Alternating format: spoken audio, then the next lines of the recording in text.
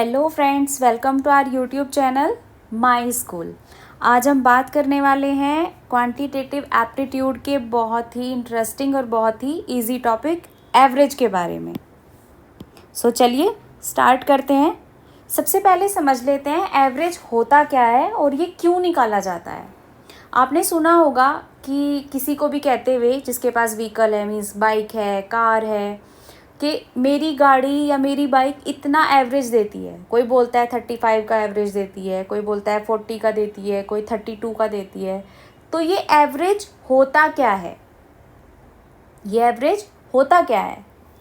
Average, मान लीजिए किसी की गाड़ी कभी 1 लीटर पेट्रोल में 35 किलोमीटर चल रही है, कभी 32 चल रही है, कभी 33 चल रही है, कभी 35 चल रही है। इस तरह करके 2 से 4 किलोमीटर का या 2-3 किलोमीटर का वेरिएशन है।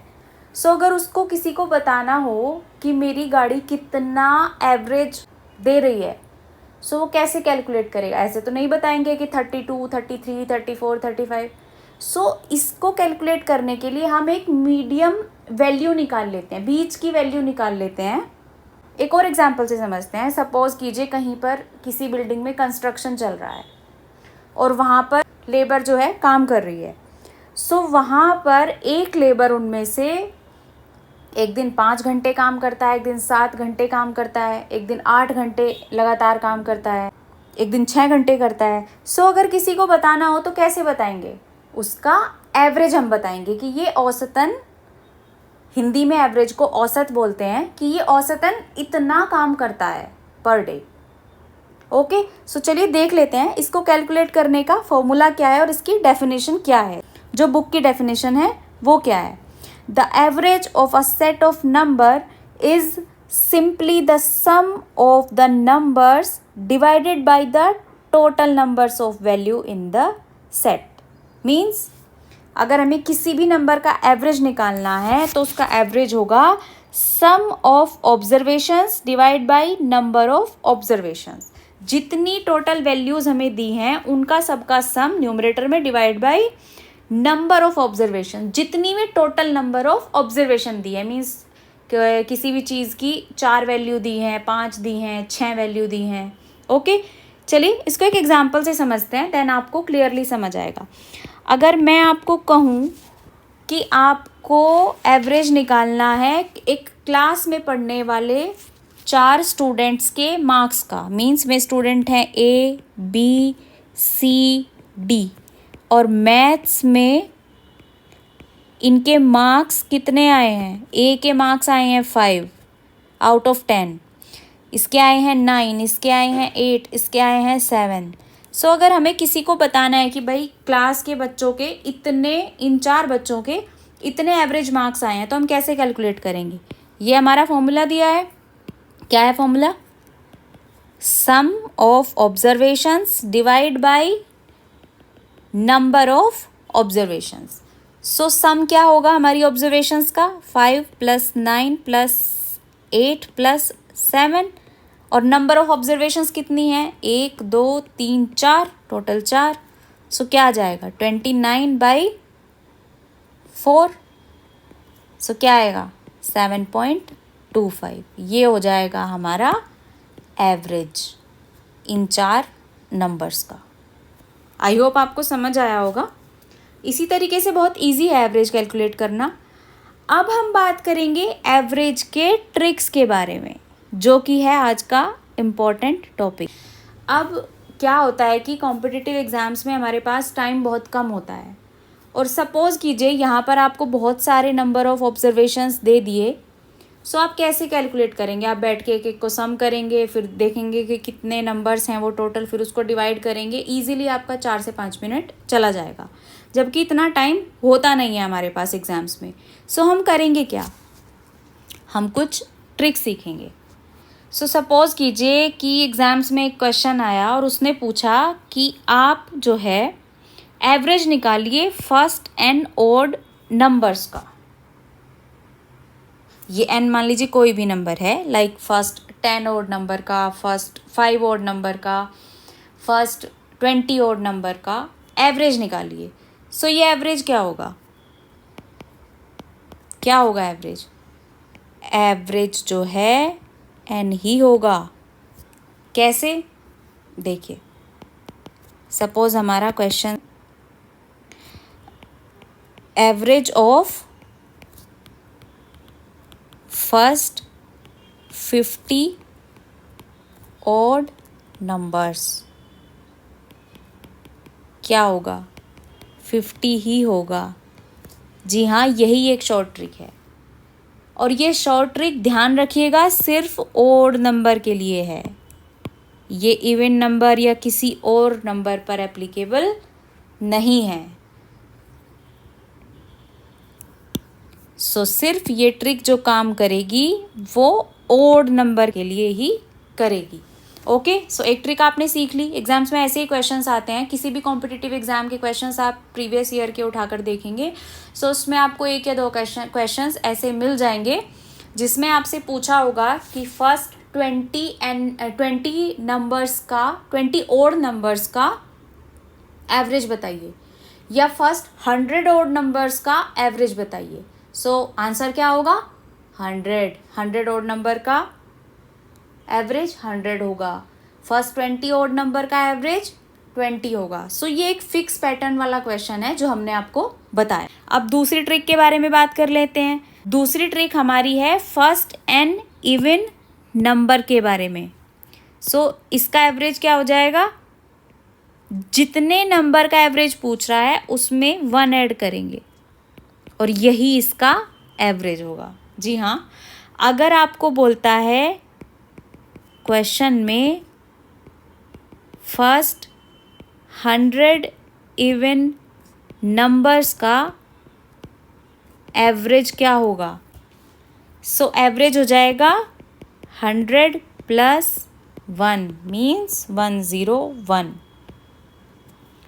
अगर पूछता है फर्स्ट 50 इवन नंबर का एवरेज क्या होगा? सो क्या हो जाएगा? 50 प्लस 1 51।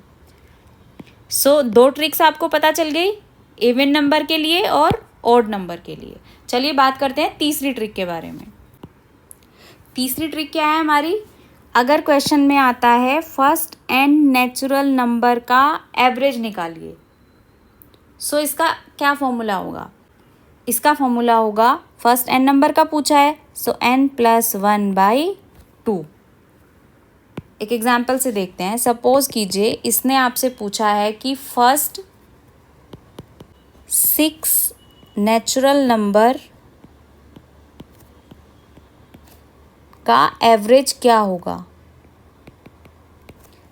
सो फॉर्मूले से क्या हो जाएगा? फर्स्ट 6 का पूछा है सो 6 प्लस 1/2 क्या हो जाएगा?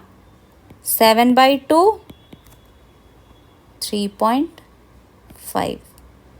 इसका एवरेज हो जाएगा 3.5। सो इस तरीके से हम ये एवरेज भी निकाल सकते हैं। अगर फर्स्ट n नेचुरल नंबर का आपसे पूछा है सो ये फॉर्मूला वहाँ पर एप्लीकेबल होगा। अब बात करते हैं एक और ट्रिक के बारे में जो कि इम्पॉर्टेंट है। इस ट्रिक से क्वेश्चन ज़रूर आता है किसी भी कॉम्पिटिटिव एग्जाम में। सो ये ट्रिक क्या है? If each quantity is increased by a certain value a then the new value is increased by a। इसका क्या मतलब हुआ समझ लेते हैं। कि सपोज कीजिए कि कोई भी आपको डेटा दिया है, उसमें बहुत सारी वैल्यू दी है। सपोज कीजिए 5 वैल्यू दी है किसी भी चीज़ की, कि दुकानदार ने कोई भी सामान जो है वो सेल किया है उसकी वैल्यू दी है, राइट। और फिर बोला है क्वेश्चन में कि इसकी सेलिंग वैल्यू इन प्रोडक्ट्स की सेलिंग वैल्यू इतने नंबर से इंक्रीज हुई है। सो उसका एवरेज क्या होगा? सो उसका एवरेज भी जो है उतनी ही वैल्यू से इंक्रीज होगा जितनी वैल्यू से वो सेलिंग प्राइस इंक्रीज हुआ है। मीन्स एक एग्जाम्पल से देखते हैं। The average number of shirt with ABC is 60। If all of them purchase 6 shirts then the average number of shirts each of them has। Means 3 लोग हैं ABC, उनके पास average 60 shirts हैं। मीन्स इसने क्या किया? एवरेज दे दिया हमें, तीनों के डेटा का एवरेज देगा हमें क्वेश्चन में पहले से ही, और एक डेटा हमें और देगा कि जैसे इसमें दिया है कि all of them purchase 6 shirts, then the average number of shirts means new average हमसे ये पूछ रहा है, इंक्रीज वैल्यू इसने हमें दी है। सो न्यू एवरेज क्या होगा, इस फॉर्मूला के अकॉर्डिंग क्या होगा न्यू एवरेज? न्यू एवरेज हो जाएगा जितनी वैल्यूज, जितने नंबर से वो वैल्यू इंक्रीज हुई है उतने ही नंबर से वो एवरेज इंक्रीज होगा। सो इस क्वेश्चन का आंसर क्या हो जाएगा? इसमें हमें एवरेज दिया था 60 और बोला था कि वैल्यू जो है वो 6 से इंक्रीज हो रही है, तो इसके अकॉर्डिंग एवरेज, न्यू एवरेज हमारा क्या होगा? ओल्ड एवरेज प्लस ये जो वैल्यू हमारी दी हुई है। सो क्या आ जाएगा? 60 + 6। क्या दिख रहा है आपको आंसर? ऑप्शन ए सही है। एक और देख लेते हैं इसका एग्जाम्पल। ABCDEF ये 6 फैमिलीज़ का डेटा दिया है। Families has 7, 8, 10, 13, 6 and 10 members in their family respectively. Means A में 7 मेंबर हैं, बी में 8 हैं, इसी तरीके से सबका डेटा दिया हुआ है। फिर ये बोलता है कि if 1 member from the 6 families left them respectively, then the average number of members now in each family। Means इसने पुरानी फैमिली का, पुराने फैमिली मेम्बर्स का डेटा हमें दिया है, अलग अलग डेटा दिया है इसने अलग अलग फैमिली के लिए, और अब इसने हमें बोला है कि एक एक मेंबर जो है हर फैमिली से लेफ्ट आउट कर गया।